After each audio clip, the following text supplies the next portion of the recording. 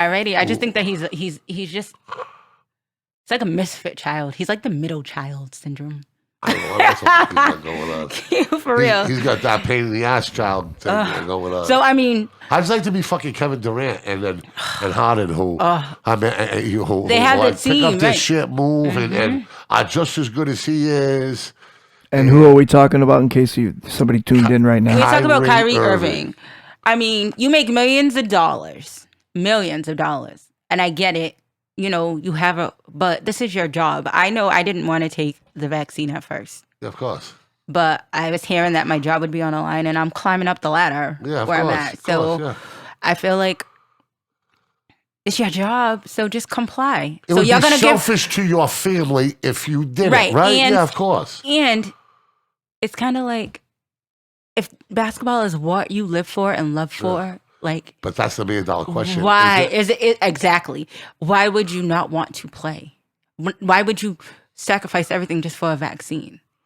Like, just get it. Whatever. I'm still here, and if I grow an extra toe, I grow an extra toe. Like, I don't really care. I'm tired of the naysayers. I'm tired. If you get it, you don't get it. But when it's your job on the line and you have family and you make all that money, professional athlete sharing a locker room with 30 other guys you can put there. Not everybody is at the pay grade that he is. You know. I can understand if they were like in the bubble again and there was nobody. You know what I mean? It was just them.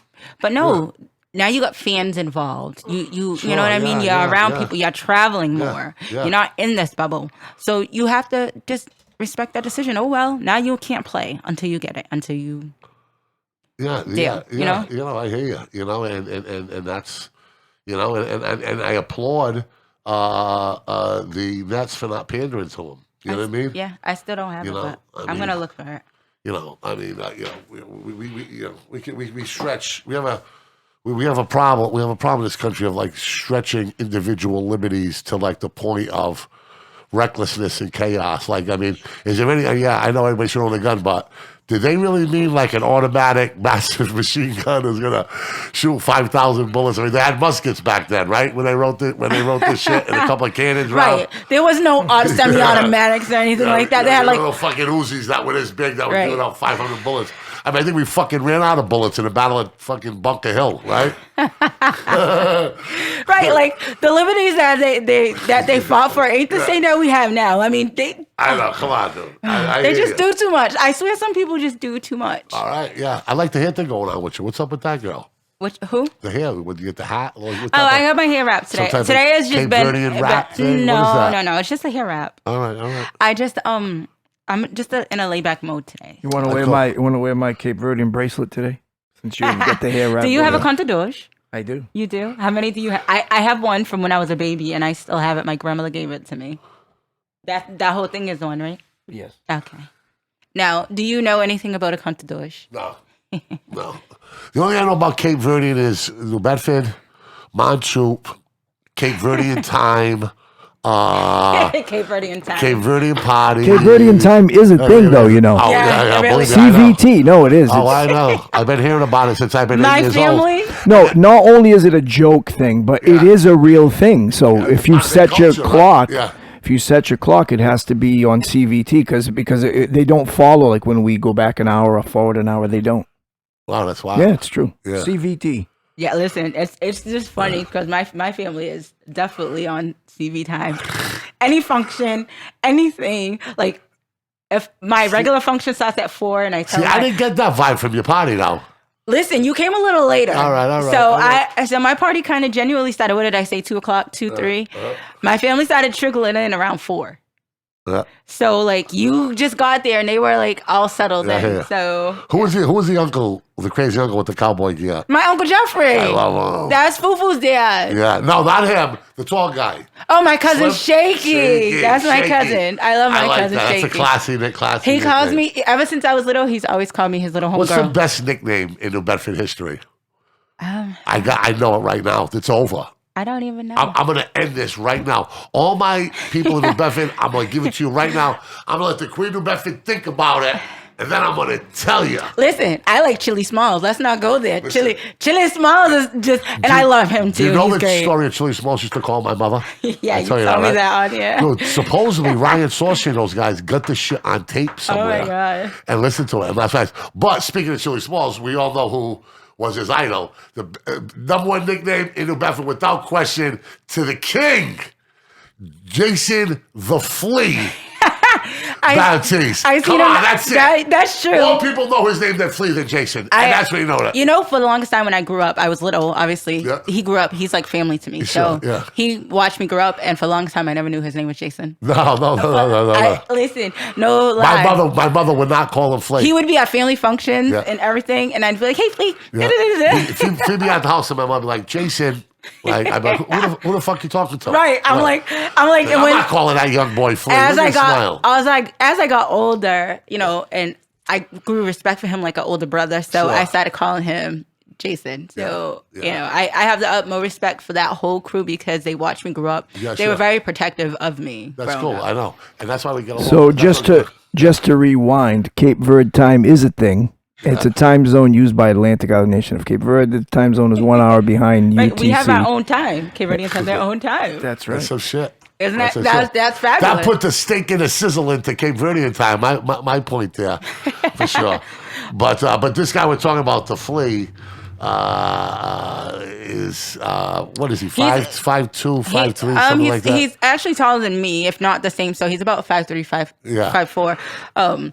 You ever see him play? Yes, I have. You never see him play in a whale uniform. You see him play at the park, right? No, I seen him in the. Remember, he played with Stevie. So when I was little, I was at Stevie's games. I was one of my cousin's biggest fans. I still am. Yeah, no, I hear you. You're right. You're right. They were very close friends, and that's how I knew them. They were when he was at every family function. I had nightmares of Flea stealing the ball from me 15 years after since I last played New Bedford. What's his full name? Can I get a picture of him? I don't know. That'd be interesting. If you pull him up, if you Google him, you might New Bedford High Archives. You might be able to. Yeah. What's his name? Jason Baptiste. Jason the Flea. Yeah. Now my cousin is like obviously. If it was the Urban Dictionary of Google, my man Flea would be there. I actually, my love of basketball came from them. You know what I mean? Yeah, of course. That's all I seen. You got him? You got my man there? Oh, there he is, the Revenge of Jason. And then that's probably me, 24. Is that me shooting the ball? Oh my God, that might be. What? That might be you. If that's him and me, and the place is sold out. It looks like, no, that's 11, Durfee 11. So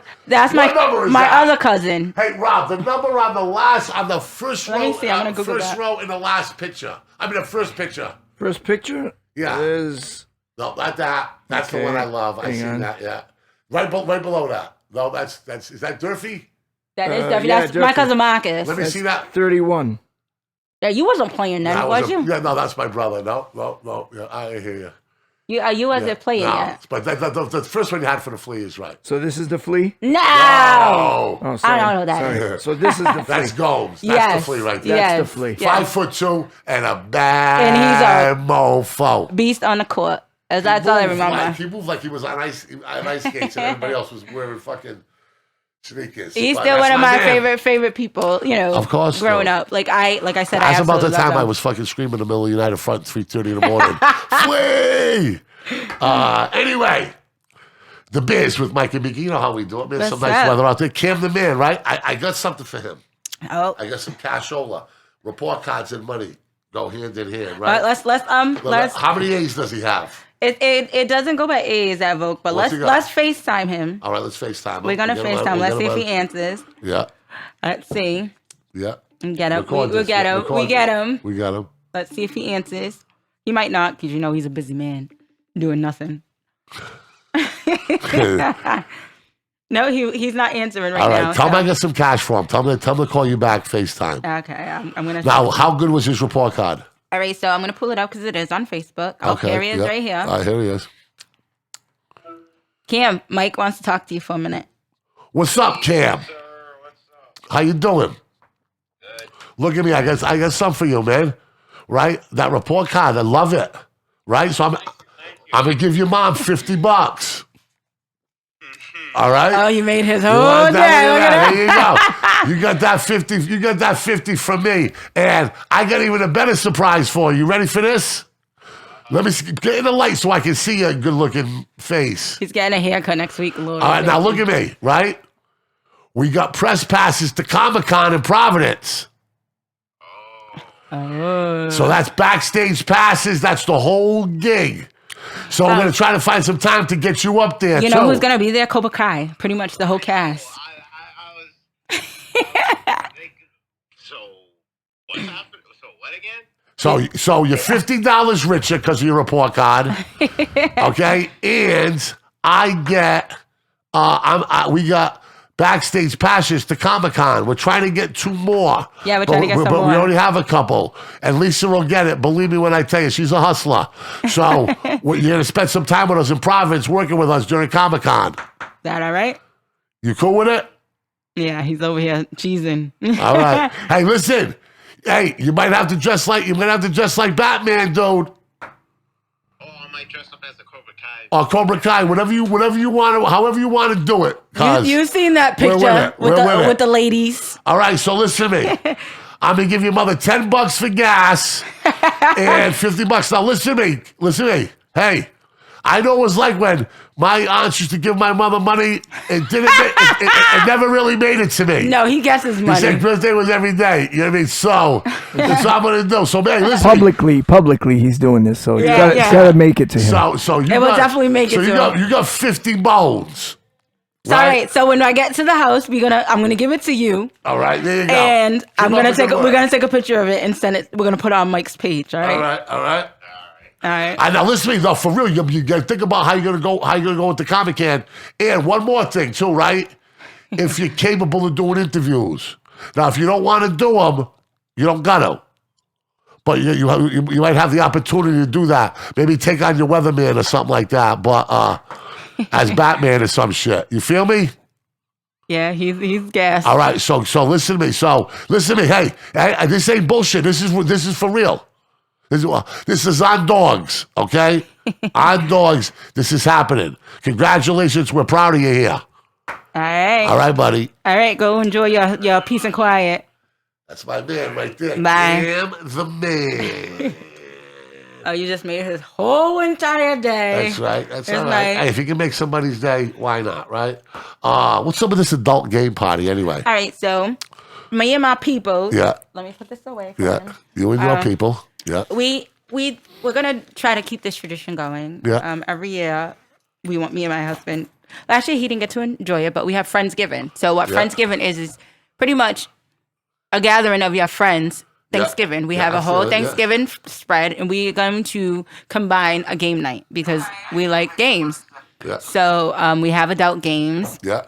We have regular. What do you mean adult games? What do you mean? Like we have adult charades. We have adult drinking games. We have some sex games. Mean. What do you mean? Adult edition and it's we just me and my husband like to have a good time. Yeah, of course. No, I'm feeling it. No doubt. But last year was epic because we had so much fun that everybody ended up like so drunk. People hugging toilets. People pass out downstairs. I find that hard to believe because you want to know why? The amount of drinking that I saw. Listen to me. The amount of drinking I saw at your summer party, and I swear to God, there was nobody that drunk. Like I was like, well, this one we was. I mean, the amount of booze that was being consumed was fucking cray. And I'm like, man, and we, and Greg drove home. I listen. So I mean, we were going at it for 6-7 hours. Right. Dude. So I mean, and we were shot, and it was kind of the same, but we was on another level. Yourself sober. Huh? Sometimes we did. Rob? Yep. I don't know if it's scientifically possible. But I don't know if it was a combination of us like drinking and eating because we all were. Yeah. My husband was actually sick. But we were at a high level of drinking for like a 3-hour time. So yeah. The music was pumping. We had shots for everything. Shots because you're cute. Shots because you had a black shirt on. Listen, like I said, you could have had the 82nd Airborne of Marines in there, and there would have been enough booze to get them drunk. So I mean, we like to get together with our friends, and I value the 3 friends that I have. Who's making the chicken? Who's making the turkey? The turkey. Well, my cousin and her husband, they want to fry the turkey. So and my husband being the firefighter, they wanted to make sure it was okay and that they can do it. Yeah. You know what I mean? Yeah. So, never had fried turkey. You know that? They said it was absolutely delicious. People love it, but I usually last year I made the turkey. Yeah. Every one of my friends makes stuff. My cousin cooks. Like everybody brings things. I like to make homemade stuffing, and you put a little chorizo in there. Yes, nice. And and I do homemade mashed potatoes because I don't do the instant. Can we get Rob at your party this time? If Rob wants to come, he's very much welcome. Rob does not drink. He does not partake. All right, so he can videotape all the shenanigans. I'll be there if you want. Rob can videotape all the shenanigans. Rob likes music. We got a throwback. Rob, can we get you you got a little clip of that gig that we can show you rocking out on a thing someday? I can't play the audio, obviously, but I can show the video from Facebook. Hang on a second. Is that about right? Oh, by the way, we are on like a top secret probation from Facebook for me singing a 1969 Boston Bruins anthem. Because you own the rights. You sang. I said other things that never got busted. You sang. I can't. Yeah, it's bad. It's bad. You know what I mean? It's never ended. I mean, we're to the point now. We're ready to move on. So this was the gig. Watch it. Look at him rocking out. This was. Hang on a second. All those beautiful Cape Verdean girls singing to you, Rob. Look Ladies at that. Love the Rob, huh? Look at that, Rob. No, they're not singing to me. They're singing to the artist. Yeah, but still, the drummer gets This laid. was in Providence. Oh, okay. That's the artist, Dynamo. That. They love them. They love them, man. And they're going to show me? Nope, I'm behind. Yep, there I am. That was quick. Ronnie Leonardo. That's cool. Quick. That's cool. Red Sox. Ooh, you feeling it out? I don't do baseball. Come on. They're underdogs. I know. I definitely do not do baseball. Yeah. By the way, we volunteered you. We're taking Bad Cats up another level, and I said that they talked about females. I said, listen to me. Mika will talk sports with the fucking best of them, though. Listen, when it gets to basketball season, which is in a couple days, let me see, what's today's date? You got football on lock. You want to be on Bad Cats? Wait a minute. There you go. Now you're on Bad Cats. There you go. Hey, give a piece. No, because we'll take a shot of that. Give a piece for that. Let me take a picture. Look at the camera, though. Yeah, look at the camera. That's what Rob wants to start teaching you about. Making eye contact. Hold on. Let me take a picture. Hold on. You brought your A game today, girl. I love it. Okay, you're on Bad Cats now. Hold on. No, I mean, anything about basketball, me and basketball, we can swing it. I know some football. I'm learning. Yeah. So, but you're well-rounded. You can finesse your way in and around. Every now and then I'll ease my way into the living room and I'll watch a little bit. I kind of NFL Red Zone. Yeah. He sometimes keeps that on. NFL Red Zone is the greatest innovation for sports TV. It bounces back. Probably like watching a game that way though. No, for you because it bounces back. Yeah. Back and forth through all these different games. So who are going to score? Right. So when it's really important. Right when the most important part of the game. Absolutely. Oh, and did you know today? Yeah. Today is my boo Jerry Jones's birthday. There you go. That's right. Shout out to Jerry Jones. Let me tell you something. They're going to be fired up in Cowboy Land. For sure. I got to listen to me. I'm taking a lot of shit, but in my power rankings on Bad Cats, I get the Cowboys #1. Okay, so my husband will be at that game Saturday. He is going to be ready. Yeah. Head to toe. He don't care. They say Pat fans are fucking tough, man. Oh, they've been talking to my husband for the past couple of days. If you go on any of his posts, somebody was like, they're going to win. I'm like, yeah, they're not looking like they're going to win. They say it gets nasty between Cowboy fans and Pats fans. Because there's so many in New England.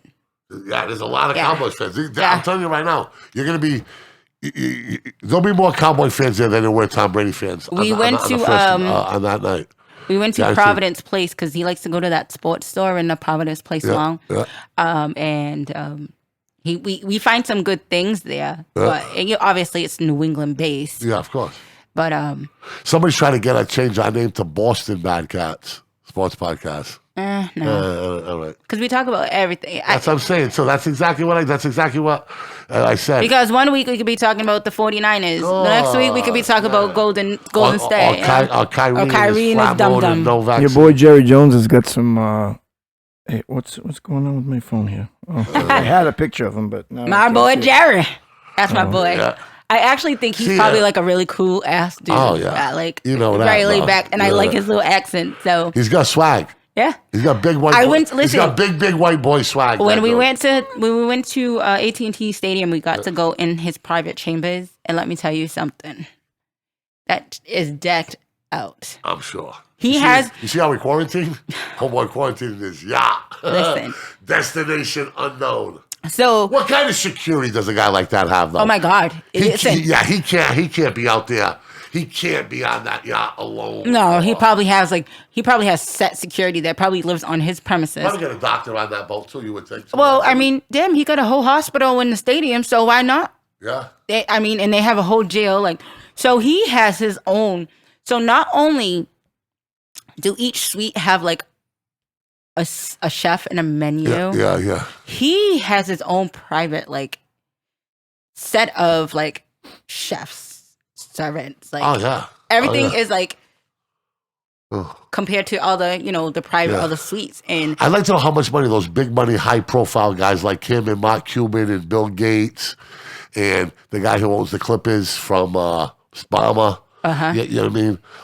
Because think about how attractive they would be to a terrorist cell just to take a American business icon out. That would be attractive to them, you would think, Rob, right? Yeah. There must be some type of risk, I would think, when you have that kind of money and that kind of power. I'm pretty sure they got I know the NFL has unbelievable security. CIA, they have ex-CIA members as their access and alert. The amount of money that they make, they can't afford. I mean, they can afford all of that. So I mean, yeah, and it's necessary. I mean, we live in a fucked up, Damn, this is his yacht. That's Jerry's yacht. No, that's mine. I'm just letting him borrow it. Uncle Jerry. Look at Jerry. Don't get it. Listen. How about them Cowboys? He's balling, huh? Look at Listen, that stadium shows you how much money he has. Yeah. That stadium alone. There's 3 Gillette stadiums inside. Yeah, of course. Yeah. AT&T Stadium. I couldn't I don't even like football, but that place is insane. Yeah.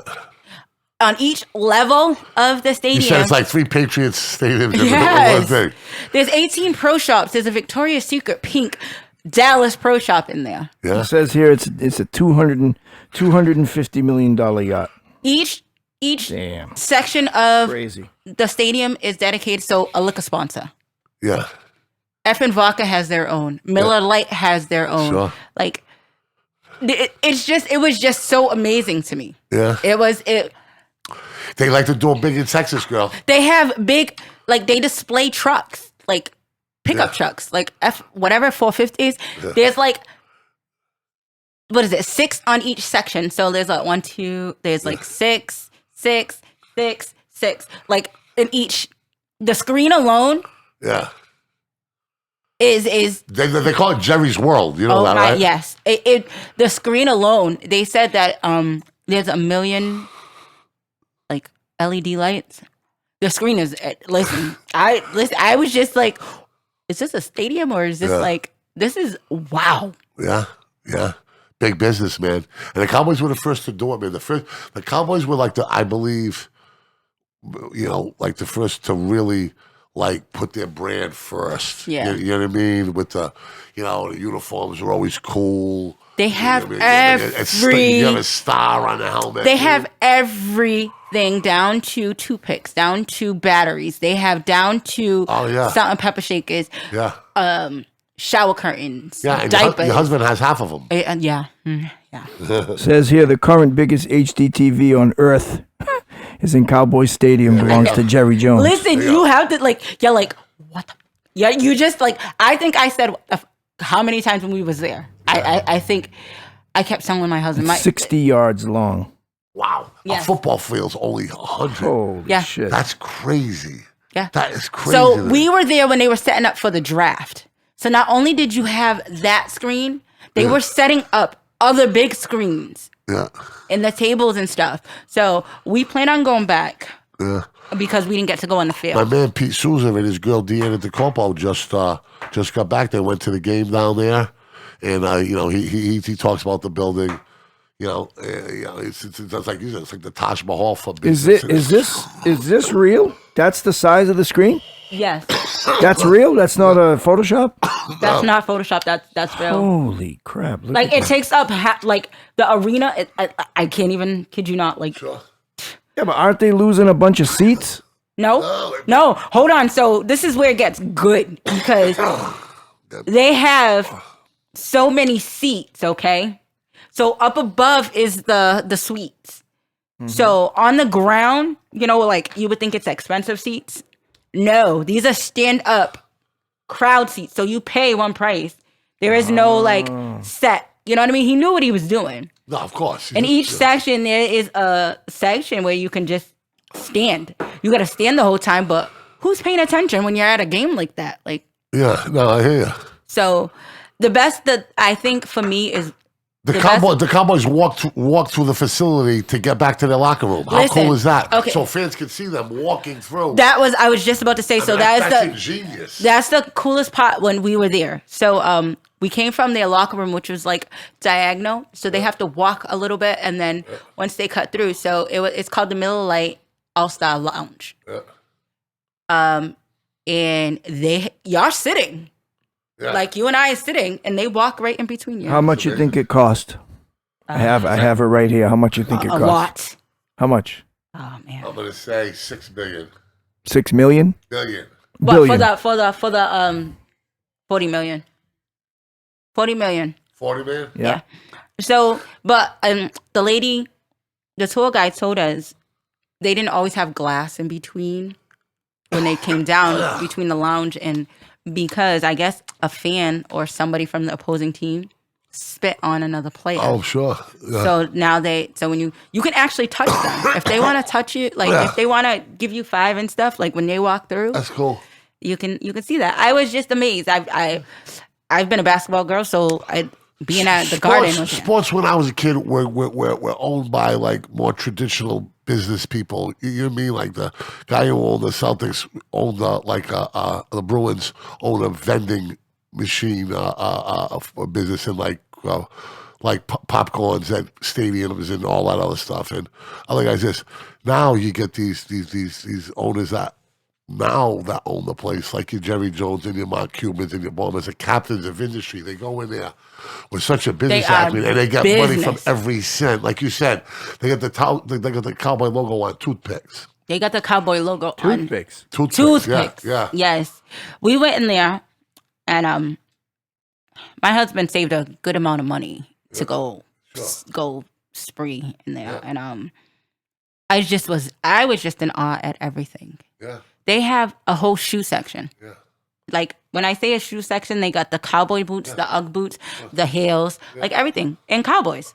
Yeah. So they have everything down to underwear, down to like everything. Yeah. Like Patriots place is nice, but it's right. It's once you've been to someplace like that, it's like minor league. It's like, oh god. Once you've been to someplace like that, and then you go there, you're like, oh, this is cute. Yeah, this is cute. This is nice. Let me ask you a question. Do they have a Chick-fil-A in there? Because Chick-fil-A is coming to Fall River. I'd be happy when Chick-fil-A comes to Fall River, but no, there was not. They didn't have like restaurants like that. Yeah, I know. In there. I'm transitioning. But I'm happy that it's a little closer than in Seekonk. Now, have you ever been to Chick-fil-A, Rob? I love me some. I don't think so. You got to see how structured. Let me tell you something. The guy from old Chick-fil-A is a whack job, right? He's this crazy Trump guy. Yes, he's like the Christian. Lots of money, Cynthia. But Chick-fil-A, right? Like he's like they close on Sundays. Like he's a very controversial dude, right? But the way his people are trained to get the Rob, they have people making change in the parking lot. Look on their belts, Rob. Oh, with the things like the old bus drivers used to wear? They got walkie-talkies. Hey, they have a system that is so unbelievable. Yeah, they're asking you for what you want as soon as you pull up. They direct you in the line. I mean, it's like the American service industry should be trained by the people who created the plan I'm for gonna tell Chick-fil-A. you what, and Am I lying? Nope, Am I lying? They are the most polite. They are happy. They ain't like, how can I help you? No, they're like, hey, how's your day? How can I help you? Like, what is it? What do they come to the car like a drive-in? Listen, so they used to have like Sonic comes to the car, like that type of 10 shit. times more efficient. All right, so Sonic, they have the sit-in. So when you drive up to Chick-fil-A in the drive-thru, there's two sides. They actually have an actual person. Instead of you talking to a speaker, the actual person is in front of your car. Oh, wow, that's cool. With the menu. Like when you pay at a normal drive-thru, you pay to the So person. you can either pay card to the person that you ordered to, or drive up and there's somebody that collects your cash. Oh, wow. And they make change for you on their belt. On their belt. So, and then when you drive up, they ask you your name, and they say, if your order's not ready, they make small talk. They're like, hey, Tamika, how's it going? Your order will be ready in a couple minutes. Oh, wow. Yeah, like it's and let me tell you something. And it's 50 people in line at Chick-fil-A, 15 in line at Burger King. The 50 at Chick-fil-A getting service first. Yeah. Without Listen, question. and the service is quick. They are like, I can't, and the food is good. I mean, a lot of people are against them because they are Christian based. Are they? Yeah, they are Christian based. They're not open on Sundays. Oh. And I think Mike should rock one of these. What do you think? What do you think? what is that? That's the change. The change belt. Change. Oh, yeah, change belt. Yeah, all right, I'll go around. Sorry, Cam. Well, you're not getting 60 bones anymore. You're going to get 60 quarters. He'll still find a way to cash those in. I know. So, yeah, man, Chick-fil-A, is on point. They're coming to Fall River. How's the food, though? Very good. Very good. Listen, fresher than any fast food you'll ever eat. Nuggets are not the nuggets y'all used to. Let me tell you. They're actually like cut up pieces of chicken. Like, it's not the batterful freaking nugget. And I have it here, right? It is an entirely... let's face it, McDonald's is McDonald's. They perform everything tastes the same all the time. They're very efficient. They help depending on which store you you had go their to. mac and cheese? No, but I've had their mac and cheese. Yeah, it's amazing. Now listen, but Chick-fil-A, I want to say it's even at a whole nother level other than McDonald's. I mean, is there a fast food? Or what's your favorite fast food place? Oh man, I would have said Chick-fil-A because. Would you want to say Chick-fil-A? I would have checked because I used to be like the millennials or what? Like my nephews will drive. They'll drive 15, 20 minutes to go to Chick-fil-A. One day I got in the car and was just like, I want Chick-fil-A. Yeah. That is about 25 to 30 minutes. So the nuggets are actually strips? Is that what it is? Is that what this is? No. Those are actually chicken strips, but their nuggets are actually cut up squares like nuggets. Oh, right chicken. here. Okay. Whoops. Right here. Yes. Oh, okay. And their fries are absolutely anything that they get. Like they get the waffle fries. Yes, their milkshake. They got sweet tea. They got their lemonade. I heard their milkshake is unbelievable. Yes. I haven't had it yet. I'm gonna go get some tomorrow. All right. Well, let's stop by on the way here. Knock on the door. Okay, Mika. Let's get down to the brass tacks. Okay, we had some fun in the beginning, but you know how we like to change it up around here. Let's go. We're talking about what is more important. Okay, and this is something I think that me and you can both relate to. And like intellectual property, I like to borrow mind-questioning, deep philosophical stuff when I see it on social media, because usually it's redundant, idiot nonsense. So when I saw something like this in a meme and the artistic drawing, I found it really compelling, okay? So what is more important? The journey, the struggle, the destination, or the company? Let's talk about the journey first, right? Okay. I was gonna put that in order. All right. Well, which one do you want to put on your? Then we can break it down. And I'll put them in order for me. Okay. So for me, the struggle. Okay. And then it goes to the Shakira said journey. the same thing. And then it goes to the journey. All right. So we'll go with the struggle. Now, there's some things I got wrong, right? What does the struggle teach you? Well, the struggle teaches you many lessons. Right? Correct. Rob, killing it on Cape Verde. Corona comes, shuts down one of the biggest music festival islands in the country down. All of a sudden, he's back to forward with us. Right? The struggle. It gives you character.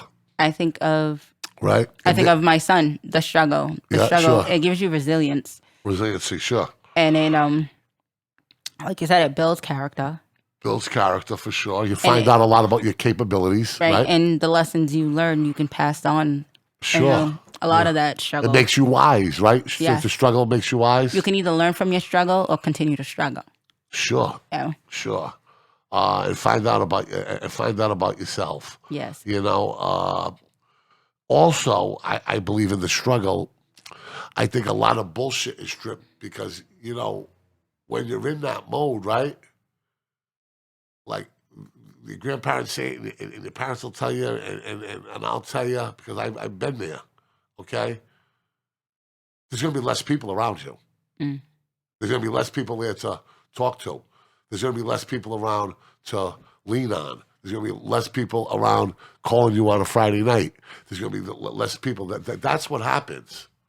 Okay, and sometimes you find yourself alone, and sometimes the struggle is being okay with that, right? Yeah.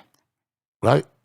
Ain't Like, it? yeah, it is. Right know? now, I think you find out a lot about your inner self you learn about during the struggle. When you're struggling, you learn about your strengths and your weaknesses. Sure, yeah.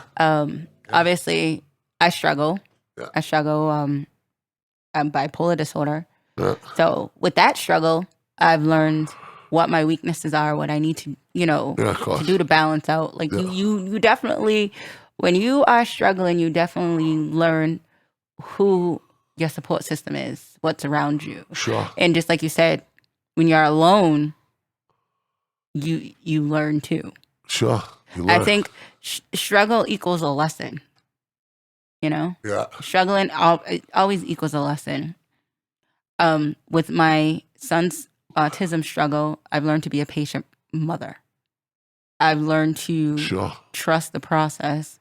Sure. I've learned to rely on others to help because I always wasn't open to anybody's opinion. That struggle helped me see that some people do know.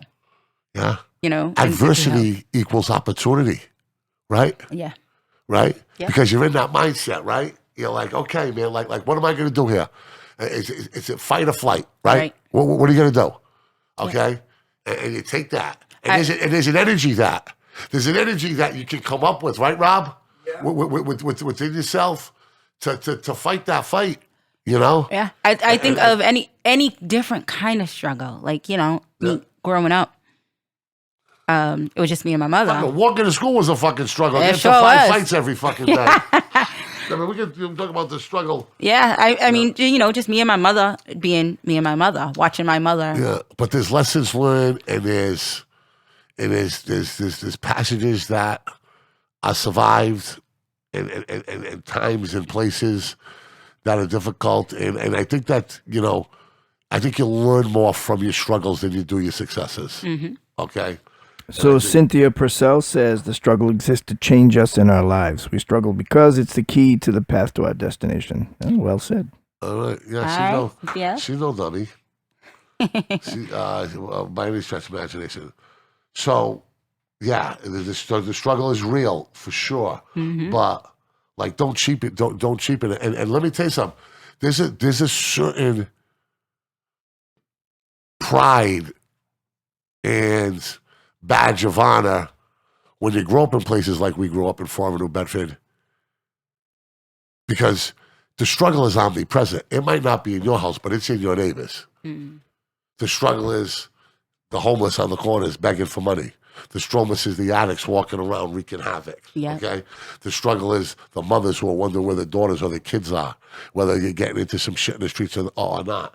It is omnipresent in places in where we live, for sure. And anybody who tells you differently ain't real Fall River or real New Bedford. Believe me when I tell you that. And if you don't see the struggle in front of you, you're fucking blind. Yeah. And you're delusional. Because it's definitely... It's omnipresent.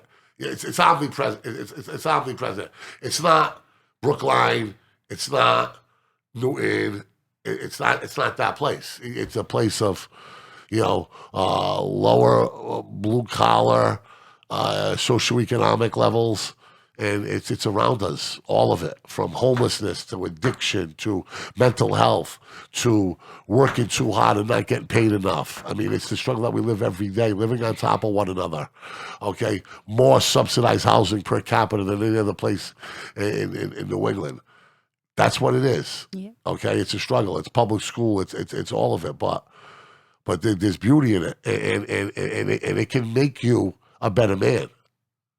So don't run from the struggle. When you stop running from it and you embrace it, and you're ready to fight that son of a bitch, or you're ready to do what you need to do, like you said, raising a child young, raising a child with autism young, by yourself. That's some real shit right there. This ain't no scripted Hollywood bullshit we're talking about. That was my life. Yeah. Know what I mean? And that's your kid's report card. Yeah. That's that's the result of that's the destination now we gotta get into. Yeah. The journey and when we talk about the journey, people have to remember not everybody's journey is going to be the same.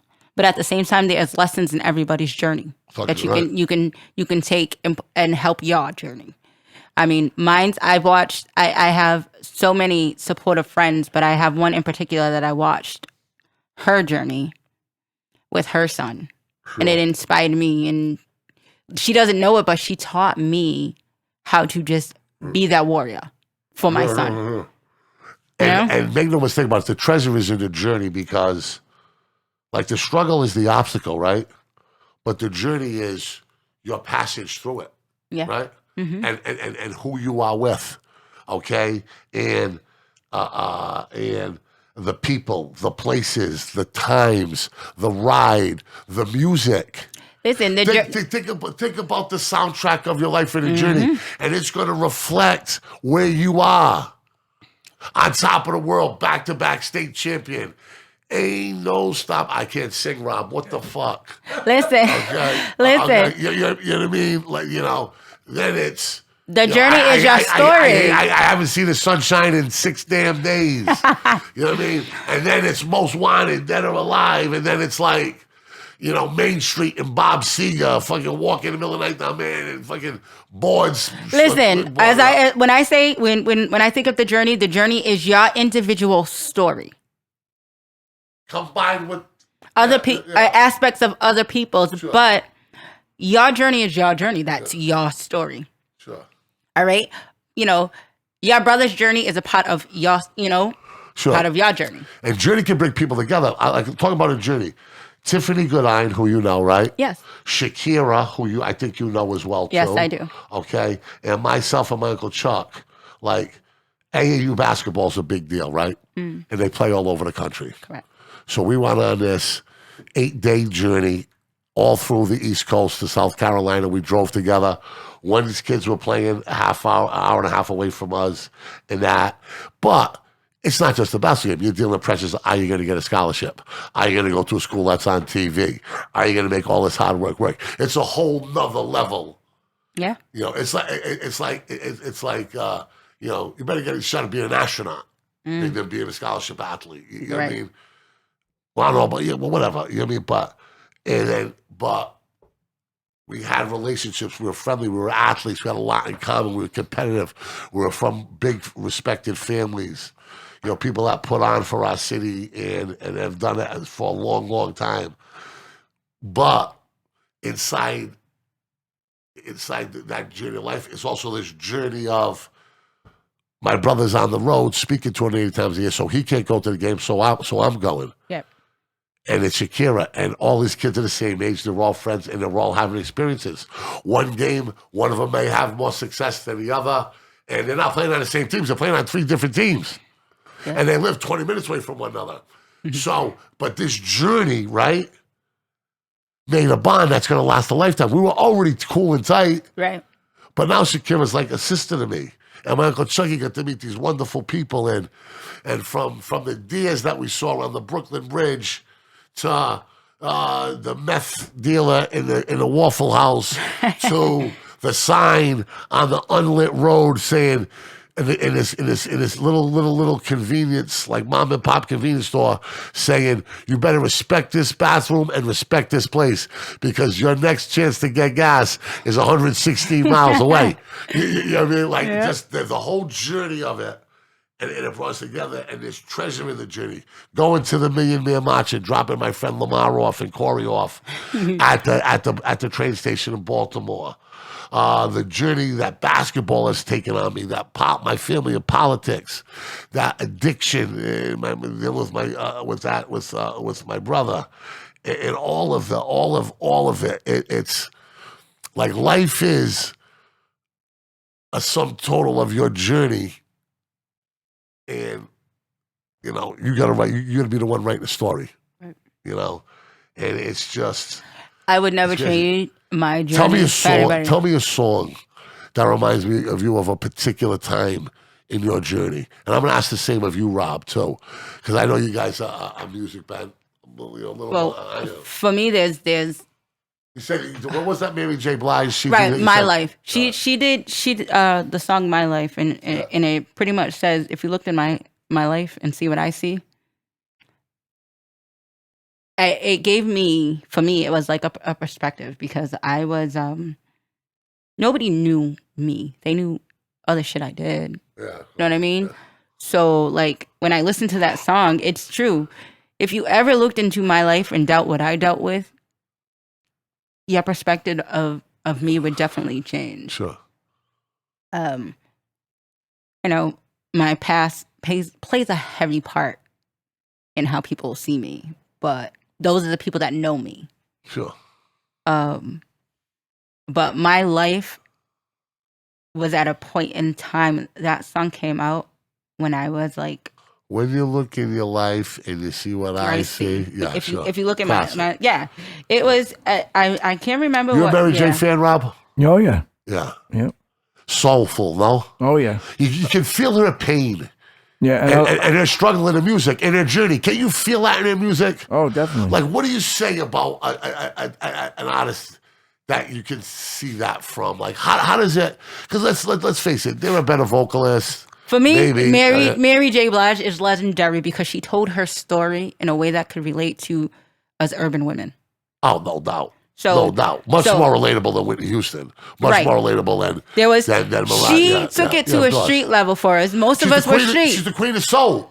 She's the queen of R&B soul. With all due respect, Aretha Franklin, the queen has been dethroned. It goes to Mary. I'm just trying to see what's the 411. My Life. She sings with that soul, like the tears and the pain. It is real. My life and was. It comes out in her music. That album, Take that to the bank. I can still listen to. That was it came out in '96, so I was young, but I was going through things. I had lost my grandmother, who was like my prized possession. Sure. And like I was just struggling to find out who the heck I was. I was a freshman in high school. I was just, it was a tough thing, you know, going through that. Yeah. And that album, I can still relate to this day. Well, what kind of music gets you through the night, Rob? If you're having a bad one, is it music or is it? Music's different for me because I'm a musician. So like, you know, a lot of stuff that inspired me and got me going in my life, you guys wouldn't even know about, because it's, you know, more instrumental stuff and jazz, and you know, I mean, I started playing drums because my father listened to big band music from the 40s. I love big band music, and that's what I started with, was big band music. So I mean, you know, it's probably not like the typical, you know, music thing as it would be for everybody else. That these millennials, our listeners, would identify with. Well, I always say to them, fuck them. You say that, and then like one time I had somebody come in my car and I had Tchaikovsky on. If you know me. Yeah. It wouldn't be a big surprise if you know me. Yeah. Because I did ballet for 18 years. Yeah. So I would have never guessed that you was a Big Bang theory. Big band. Yeah. You know, person. But would you even look at me and say no? You listen. No. I listen to classical music on a regular basis. Read the blog. I am a totally different person. Read the blog. You have a blog? I didn't even know you had a blog. Yeah, that's how I met her. It's unbelievable. Okay. I definitely do. Oh my God, that's some heavy shit. What is that? Where is that located? It's on WordPress, and it's When's called... the last one you've done? Love and Shit is what it's called. Yeah. Literally. Okay. Yeah. Listen. It's not what you think. It's high end and well done. So how do you search it? I'm gonna look it up. You go on WordPress. Don't even put some of the titles up there. Don't even put some of the titles up there. You can find me Princess TM 621. Princess TM? TAM. 621.wordpress.com, and then you'll find me. Oh, okay. I haven't written in a while, but it's coming. Like I have a lot of stuff. You gotta let it go. You gotta do that, man. You're too good at it not to do it. I have a lot that's unpublished. That little room you got, right? Yeah. Now, do you write it like old school like I do? You go laptop first? Lately I've been doing laptop first, but I used to be very old school and just write. Sure. Because it just. I like to write it here, then clean it up there. You know. You'll learn a lot about me through that. That's all. That's when I started chasing her around, Rob. Okay. It goes if from. you can write like that, then you can do it pretty much anything. Yeah. All right, let's talk about the company, right? That's right. Because what's the old adage? There are certain people that see in your life that you can see and not miss a beat, right? Mm-hmm. Well, that's me. That's me with my high school teammates. That's me with the kids I walk to school with. The ties that bond. My college roommates. Certainly. How important is the company? I'll tell you what, bad company is big trouble. Oh, of course it is. Bad company is big, big, big trouble. I told my nephews, you better be very careful when you get in the car with, boy. You better be very careful because I'm going to tell you something right now. If you're in a car with somebody, you assume all their enemies. You assume all their problems. You assume all their beefs and all their drama. You know what's funny is my son said that, my oldest, and he was like, that's why I stay to myself. He has his friends, but my son, you won't catch my son. Yeah, but you're in a car with four guys. Yeah. It's like you could be at the wrong place at the wrong time. And the company that you keep, but then there's companies that can get you through. Yeah. Like my company. I knew at a certain age of my life where I was at like a real crossroads, and thank God I had some older cats that were around me, like my man Sack Sullivan and stuff like that, who I really went to with them. Like I stopped like, going out everywhere, anywhere, 5-6 days a week, and I spent more time in like a shot in a beer bar, watching sports, talking to former neighbors and friends and fathers of friends of mine, and that balance there. When I lost my mom and my parents got divorced, I really needed that, and there was some old school guys and older people that provided that. And let me tell you something, man. Listen to people that are older and that have the more experience. If that's one thing I would talk about company, make sure there's some people who have been down that road. Isn't that invaluable, Rob? Oh yeah. For the most part. Yep. You have to, you get your people and you get your age. And don't ever forget who you are and what you are. You don't want to act older than you are. You don't want to act younger than you are. But try to stay in earshot of a couple of old people, because more importantly, they're not going to be afraid to tell you the truth. Exactly. Right? They're not going to be afraid to say, "Hey, listen, I don't like how you talk to that guy over there. Or I don't like how you did this. Or I don't like, blah blah blah." And you're getting a little heavy. You might want to try to get in the gym. You might want to, they know. Also, the company you keep reflects on who people perceive you as. Also, yeah. I love my 3 friends. I have literally 3 friends. That's my circle. That's my company. And like my company, you would never put me in situations. You know what I mean? Here's my problem with what you said, the company you keep defines you. I have friends that I grow up with that went to federal prison. Right. Okay. For selling marijuana, right? He's a dear friend of mine. Somebody says, what are you doing with him? I'm like, well, what do you mean him? And do you have any context of our fucking relationship? You do not. I've never made an illegal dollar off of selling a drug in my life. Okay? If it was heroin, I probably would have put a wall up. I mean, I don't know. You know what I mean? Like, life brought us back together. We reconnected. We laughed just as easy as we did before. We argued just as much as we did before. I'm 6'5", he's 5'3". You know what I mean? He's got a personality of a tiger. It happens. And at the same time, how people perceive you ain't none of your business. You get what I'm saying? Let them perceive you whichever way, and let them perceive them. But at the same time, if you're a person that's worried, if you're around people of low moral character, correct. Then that's a problem. That's a big problem. I have a problem with people like that. Yeah. Like if you're doing some disrespectful nonsense. My mother was very quick to sniff out the Eddie Haskell in a bunch. Remember Eddie Haskell? You know what I mean? So I think of it like this. Yeah. Like situation has it. You have a friend that doesn't respect his marriage. Okay, yeah. All right? And Should you be running with him? I hear you brought up this. Yes. A couple weeks ago. Yes. That's a very good. And it's not all defining, but it's a very good place to start asking the question. Right. Yeah, like, so your friend is not respecting his marriage. Sure. So what makes me think but that's not, yes, it's a part, like, that's your friend.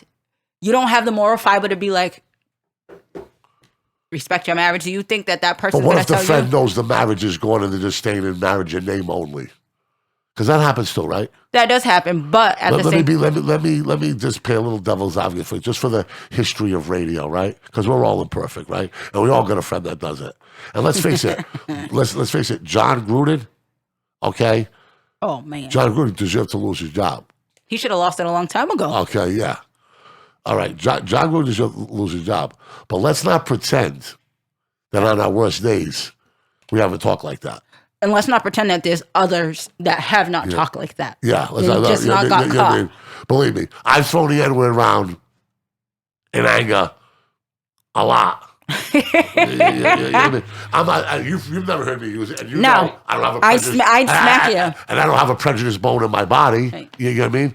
But Cracker, Karen, you know what I mean? Karen gets I like Karen. That's a great name. Yeah. But that has some racial bias as well, too. It does. The other way, without question. Of course it does. What I'm trying to say to people is this, right?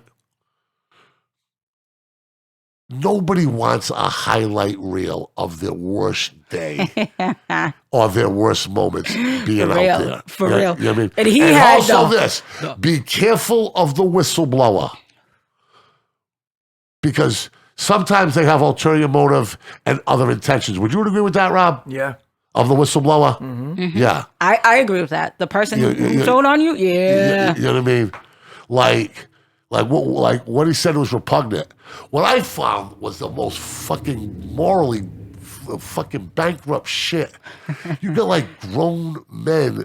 Like, how did the Washington Redskins like even allow their cheerleaders to take topless shots? Never mind force them to do it. And then it's shared around the NFL like it's like, what are you talking about? This isn't a college fucking sorority, you fucking idiot.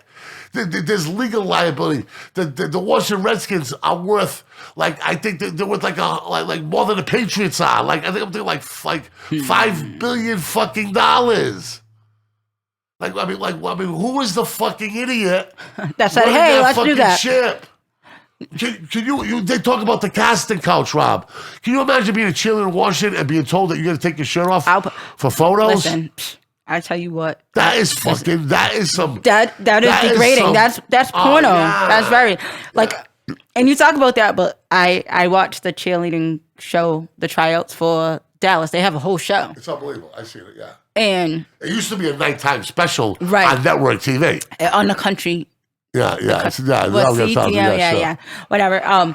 But that has nothing to do with the process. They do kind of sexualize it because they go through like your body shape, your costume, but never to that extent. And whoever said let's take these pictures and thought that it wasn't going to bother somebody. If I was on Chili's, I would sue the balls. Oh yeah. Off that happened. But what kind? I mean, that's some shit. You know, or did they sign some contracts? You know what I mean? Is there a thing with you, Mika? Is speech like John Gruden forgiven by you, right? If it's with the boys, you know, because if you read some of the dialogue in a Drift New Bedford game that I played in, and we were friends, but believe me, you better believe that Cracker, boy. They used to call my best friend Lamar Stevens Huxtable.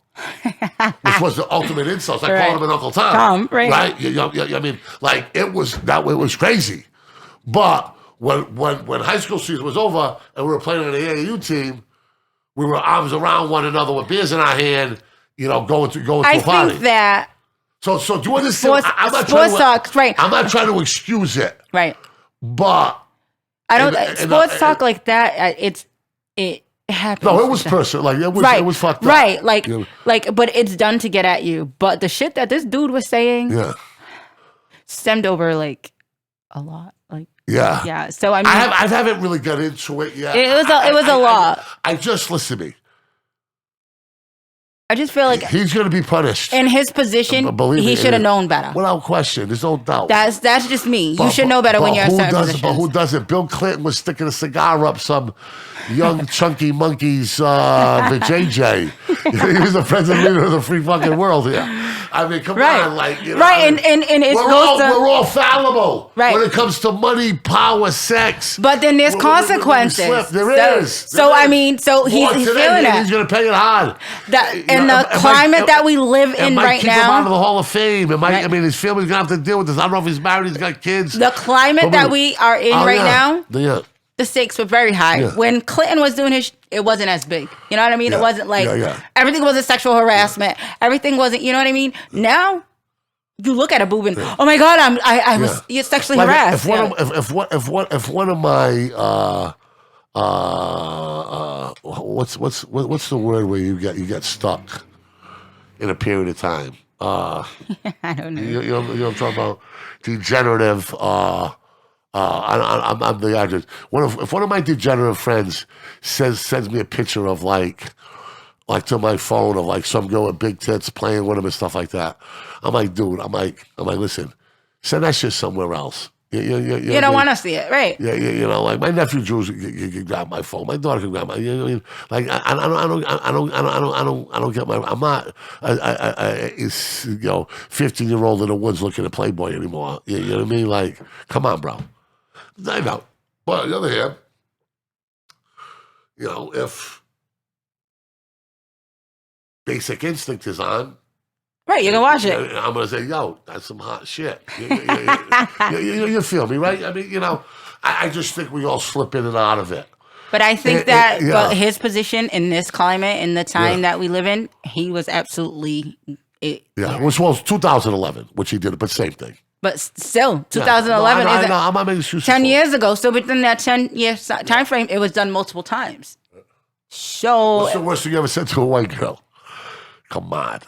You went down the line, up and back on her ass. Who are you kidding? I mean, like, come on, Mika. I know where you're from. I know the racial history of that town. I know how it goes. I know how it gets down. But you're not. But you don't got to look at that in you. I'm just saying. When I was in high school, I mean. Like, I want to hear from some black players. I want to hear from some women that have been around them. I want to hear from some intellectuals that have been around them. Like I want to talk to people who really know them. Like you said, go talk to people in high school. Yeah. Like I mean, you know, that's it. You know, I was brutal in high school. I'm not gonna lie to you. I was a mean girl. So I did say some shit. I used to call stupid cunt bag. Yeah, of course. Yeah. White trash. Yeah. I said just white trash was my favorite. Cracker. And I was middle class, so if I felt you was trash, you was fucking trash. So that's and no, I hear you. You know, that's how it was. But you know, some of my best friends are white. Sure. And so growing up in places like we place up, once you live together, you assimilate and you find your way. You kind of become, as you get older, you get immune to all that. Like I'm immune to getting, like when I'm at work and I get called the little brown girl.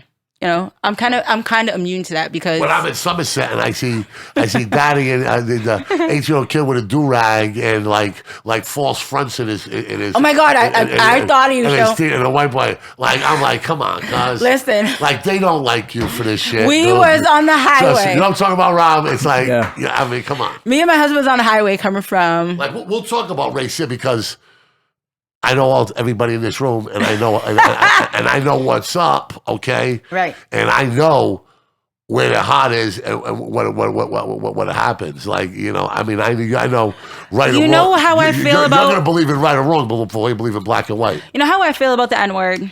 Well, it doesn't... I very rarely use it. It doesn't really bother me. You want to know why? And I say this because you can call me that all you want. Yeah. That just means I am. You're intimidated by me. But you have to call me that. How about this? How about even me at 50 using it as a term of endearment? But you wouldn't. But I have. Well, we're saying, yo, my. Yeah. Right? I don't know. I can't remember. I don't get offended. I never use the word, but like the pop culture, it kind of gets you. I don't know. So yeah, what's up, man? I get somebody comes back to me like that. That's my man. That's my. So I like to say I use that and more as a term of endearment in my life than in a negative way. But seriously, I don't think I've used it in a bad way. And you felt the repercussions. No. My mother and father would not tolerate that bullshit whatsoever. But being a minority, okay, and being the only white guy, now you gotta remember, go back to the Stanford study when they did this, right? Nobody wants to be the only guy wearing a white T-shirt if they got 10 red. Remember they proved that? Yes. You know what I'm talking about, right? Yes. So competition. So, everyone's like, what are we going to do with the young white boy? What are we going to do? You know what I mean? So, upon that, like you're talking about, you are what you're around, what you're surrounded with, in that competitive environment, I was the minority. You know what bothers me more? And it's not any fun. Of course not. Yeah, I was like that through ballet. It was definitely like that for me through ballet. Are you kidding?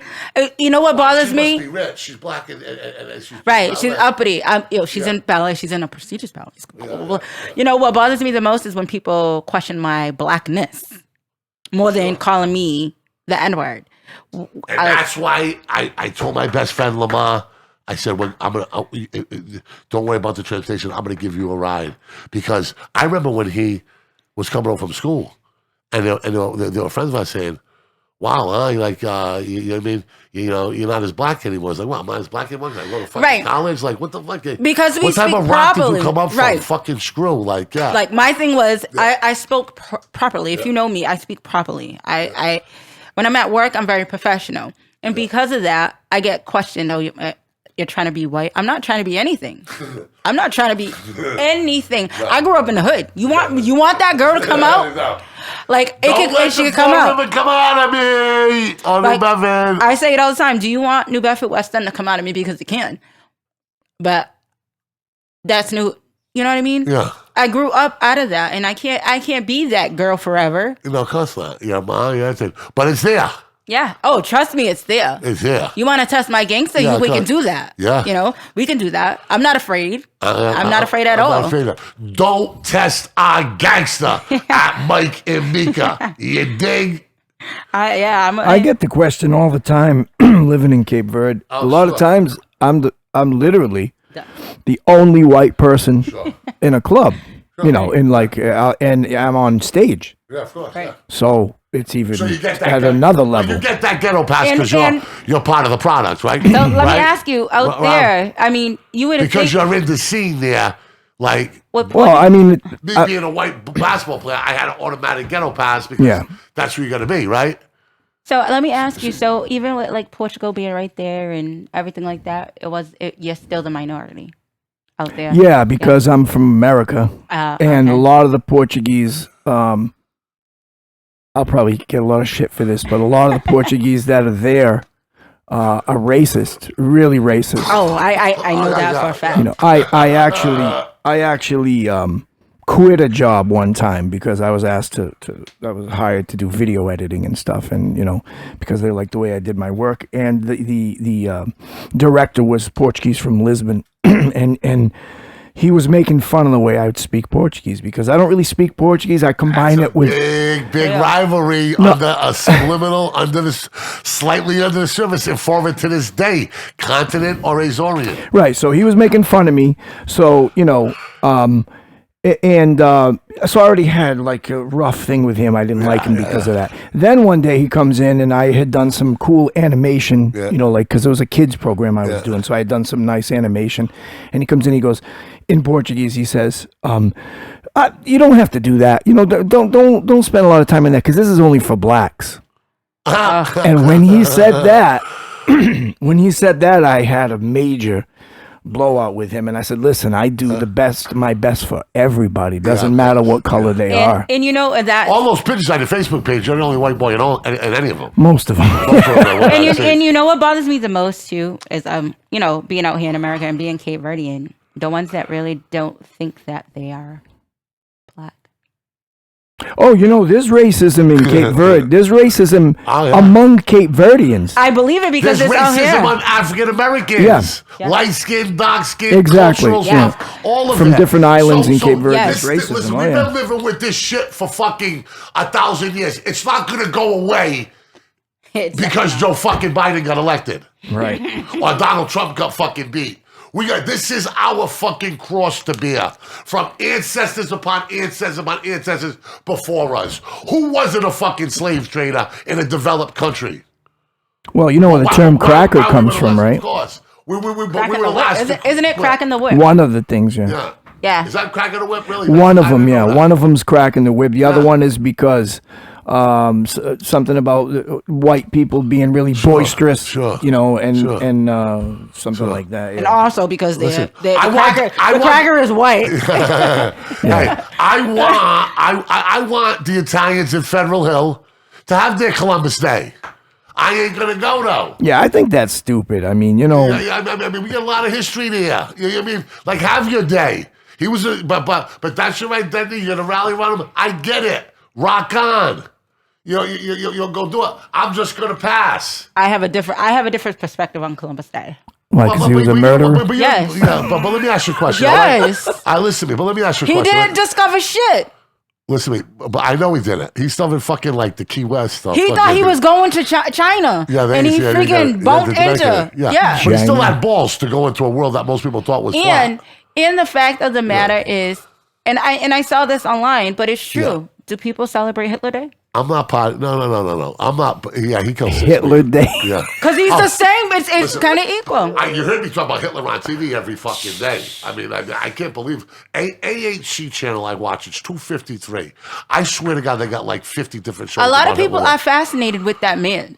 That man is the biggest fucking coward pussy in the history of the world. Plus, he didn't even die in the war. No. Rob, let me tell you something right now. 6 million Jews, but God knows how many teachers and scientists and all that stuff that didn't play ball. And the Czechs and the Poles he killed for no reason. Correct. And shit to the perfect race and all of that, okay?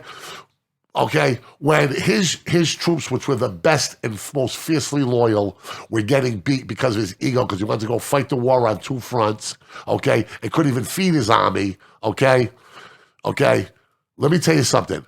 When the chips went down, know what he did? He sent 12-year-old Nazi youth into battle to finish the fucking war that he created. When he hid up in the Eagle's Nest in the mountains in his fucking mansion, fucking his cousin and fucking his dog. And you know what he did? What's worse, when the shit came down and got really real, you know what the coward did? He blew his fucking brains out. I don't think so. I think suicide. I think he went to hiding. Yeah, I think he went to. He definitely left Germany. They say there's a lot of proof that he left Germany. That was a body double because he had body doubles. No, yeah, I'm not buying that. You don't think so? No, I don't know, man. There's a lot of people that saw him in I think that Argentina. Really? Well, that's where the old Nazis go. But I'm going to tell you something right now. I think he killed himself like the coward he was. Adolf Hitler fucking killed millions and millions of people. He sent millions and millions of people to war, okay? And killed indirectly millions of Americans and Russians and combined and Israelis and Poles and Czechs and English and Canadian and Australian troops, okay? He owned World War II. It was about Adolf Hitler. And when it came down to it, he sent 12-year-olds in to fight a battle against grown, experienced soldiers and sacrificed everything he could to remain in his plush lifestyle. And when it came down to it, I think he went out like a punk and killed himself. Listen. But that's just me. To go back to why I don't celebrate. This guy should be glorified. Columbus Day. All right, but let me ask you a question. Indigenous Peoples Day. Correct. All right. Let's talk about it. Celebrate every explorer then, because they're all the same. I hear you, but they haven't been doing it for 100 years. But listen to me, but you got a problem. You got a problem with them guineas in Federal Hill getting down for Columbus Day. Come on, go do it. I'm not going to be there. I won't be there neither, but I think they're all fools. The more informed I got about Columbus, what a scumbag he was, I stopped going to the feast on Monday. But that's a critical part of Providence's Italian heritage and culture. And Federal Hill's a special place, whether you like it or not. You're not feeling me at all here, Tamika. I'm just not a fan. I don't give a shit if anybody should be celebrating that man at all. At all. Not even the Italians. Not even the Italians. I mean, if you listen to Tony Soprano, what are they going to celebrate? They invented the phone, they got robbed. I mean, what's left for them to celebrate? You know what I mean? Celebrate their damn pasta. Listen, You don't like Federal Hill. I find that hard to believe. No, I like Federal Hill. Don't get me wrong. All right. I love the Italian culture. Yeah, don't get me wrong. Yeah. But I cannot support the fact. Neither can I. I'm not supporting it. I can understand why they are. No. Just like, let's celebrate. You don't think that would have been sad if all that... Is there a Lois and Clark Day? No, what was it, Indian fucking Day? Yeah, Indian Day every time I get my ass kicked at the casino. No, Lois and Clark Day. Yeah, I know Lois and Clark. Louisiana Purchase Day. Right. Do they have all those days? Who was the Indian that was with him? Sacagawea. Yeah, there you go, girl. I know my history. I'm a history buff. I think of... Listen, I don't even know who came up with the fucking Columbus Day thing. I was probably appease the growing Italian American population. Fucking St. Patrick's Day. I'm gonna Google that now. Hold on, we ripped off fucking St. Patrick's Day from Ireland. It's not a drinking day. It's a day of church, and we ripped off Cinco de Mayo from the fucking Mexicans. Exactly. Just let stuff be. I mean, we got a bad habit of doing that. I don't know. But if the Italians in Federal Hill want to have a big party on Monday night, on the first Monday of every October, and all the businesses make money and more people get hired, I'm with it. The first Columbus Day celebration took place in 1792. Really? On the 300th smallpox for everybody? Anniversary of his landing. President Roosevelt, the king of welfare, made it a federal holiday in 1937. Yeah, probably need the Italian vote to win. At that time, they were all migrating. No shit, yeah. That's what I told you. So I get it. I get it, but at the same time, leave it alone. Yeah, but they didn't have like the research like they didn't know, right? I mean, Up until this day, they're still teaching that same shit. Yeah, they got to get rid of it. They have to update the. We got to stop talking about the Plymouth landing on Plymouth Rock. Oh my God, we had a conversation about. My niece, who's 13, I had a conversation, and we was on our way to Six Flags on Sunday, and she was like, "TT, Plymouth Rock ain't." Oh shit. So, that's the biggest gypsy fucking hustle. She was like, "Hey, the town of Plymouth, God bless you. You made a fucking $100 million off that bullshit fucking rock. Who the fuck are you kidding?" Right. Listen, my niece was like, that rock? My niece was like, we were all hyped. She was like, in elementary school. She was like, I'm only in middle school. And it's surrounding you it's like this big. It's like this big. It's a waist. Yeah. She was like, daggone, nobody stepped on that rock. I said, no. My mother had a Plymouth Rock paperweight. Yeah. Think about the money Plymouth made off Plymouth Rock. Listen, that is the biggest disappointment. And if you are a kid in Massachusetts and you've been to Plymouth, why? How big is it? It's like it's not even. It's probably like the size of the monitor that you're standing. I thought it was a huge rock with 1620. No. The rock is whack. Me, Mike and Mika are back. Don't test our gangster. We'll see you next week. Same bad time, same bad channel. That's what's up.